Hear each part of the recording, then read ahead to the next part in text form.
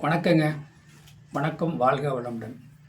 அதாவதுங்க, ஒரு ஆண் குழந்தை பிறந்தாலும் சரி, ஒரு பெண் குழந்தை பிறந்தாலும் சரி, செவ்வாய் திசையில் அந்த ஆண் குழந்தையோ பெண் குழந்தையோ பிறக்கக்கூடாது.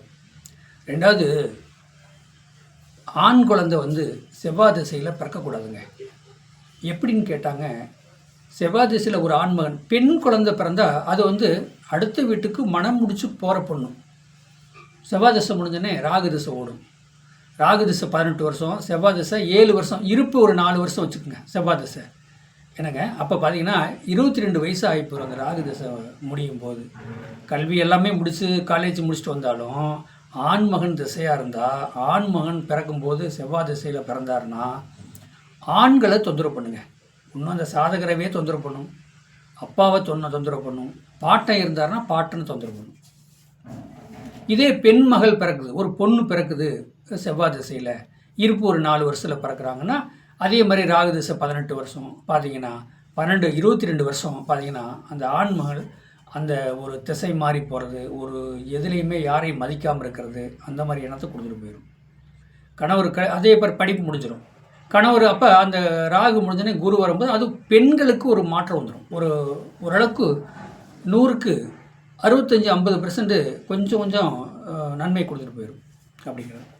சரி, ஒரு ஆண்மகனுக்கு செவ்வாய் திசையில் ஒரு ஆண்மகன் பிறக்கக்கூடாதுங்க.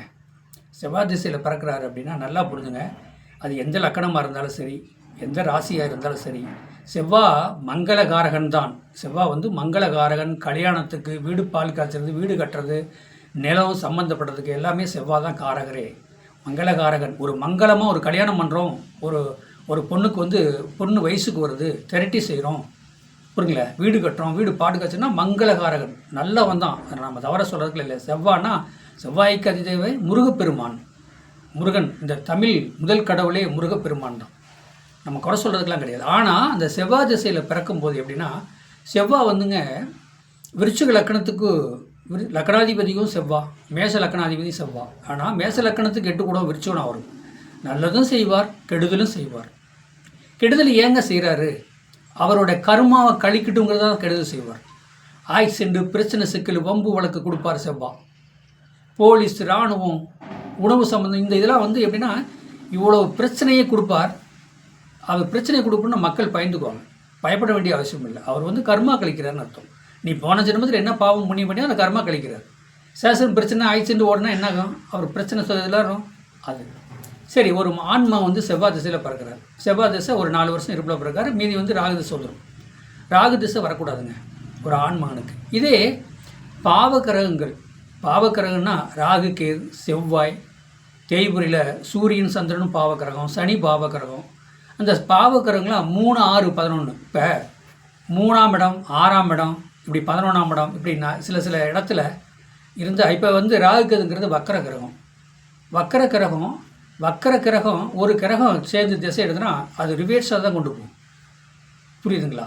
அப்போ ஒரு ஆண்மகனுக்கு செவ்வாய் திசையில் அவர் பிறக்கக்கூடாது. அடுத்து ராகு திசை வரும்போது அந்த சாதகரை தொந்தரவு பண்ணும், அப்பாவும் தொந்தரவு பண்ணும்.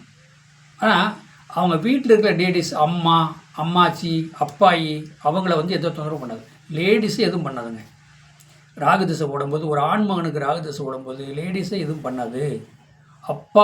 அப்பாரு, அந்த சாதகர், அண்ணன் தம்பி இருந்தால் அவங்கள தொந்தரவு பண்ணும்.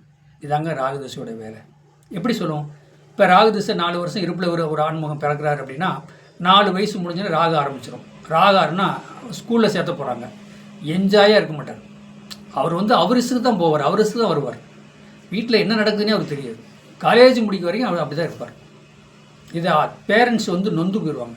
பையன் நம்ம சொல்லக்கூடிய கேட்க மாட்டான், வயசுக்கு போகிறான், வயசுக்கு வர்றான், இப்படி தான் பேரண்ட்ஸ் சொல்லுவாங்க. அது அப்பாவை ரொம்ப துன்புறுத்தும். ராகு திசை.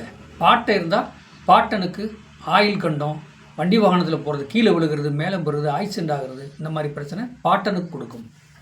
ராகுங்கிறது என்னங்க? ராகு பகவான்கிறது நம்முடைய குலதெய்வம். பாட்டன் போட்டை முப்பாட்டன் அந்த ராகு. அதே 3, 6, 11 நல்ல பாவகிரகங்களுக்கு எப்படின்னா 3ஆம் இடத்துல இல்லை 6ஆம் இடத்துல இந்த மாதிரி ஒரு சரியில்லாத இடத்துல இருக்கும்போது நல்லது பண்ணும். 8ஆம் இடத்துல இருக்கிற கிரகமே ராகு நான் நல்லது பண்ணியிருக்கேன், நான் நிறைய பேர்த்த பார்த்துக்கிறேன். ஆனால் அது குரு திசை வரும்போது சிக்கல் பண்ணுது.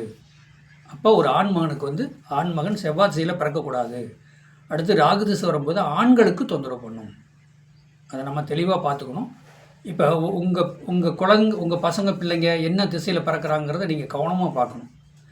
என்னங்க அப்படி அசுனி நட்சத்திரத்தில் பிறக்கக்கூடாது, அடுத்து சுக்கிரன் வந்துடுவார். செவ்வாய் திசையில் பிறக்கக்கூடாது, அடுத்து ராகு வந்துடுவார். இன்னும் சரி நிறைய இருக்குது. என்னங்க நிறையா இருக்குது, அதை பார்க்கணும்.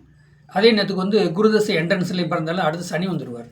இதெல்லாம் வந்து நிறையா பார்த்து நம்ம பலனை ரெடி பண்ணி மக்களுக்கு அவங்களுக்கு புரிகிற மாதிரி உணர்த்தணும். அப்படின்னா வாழ்க்கையில் ஜெயிக்கலாம். வாழ்க வளமுடன். வாழ்த்துக்கள். என்னுடைய சேனலை மற்றவங்களுக்கு ஷேர் பண்ணுங்கள், சப்ஸ்கிரைப் பண்ணுங்கள், பெல் பட்டன் ஆன் பண்ணுங்கள்.